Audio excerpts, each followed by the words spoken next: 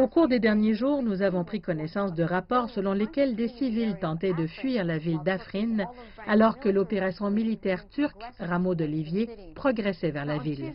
Mardi, des images de drones diffusées par l'armée turque semblaient montrer que les civils qui tentaient de partir étaient arrêtés par des hommes soupçonnés d'être des militants des unités de protection du peuple, les YPG, qui leur bloquaient la route.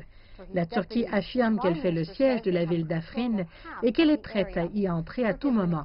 Le vice-premier ministre turc a déclaré que la Turquie contrôle désormais plus de la moitié de la zone. La Turquie accuse les YPG d'avoir utilisé des civils comme boucliers humains. L'armée turque affirme que plus de 3300 terroristes ont été neutralisés depuis le début de l'opération, c'est-à-dire tués, blessés ou capturés.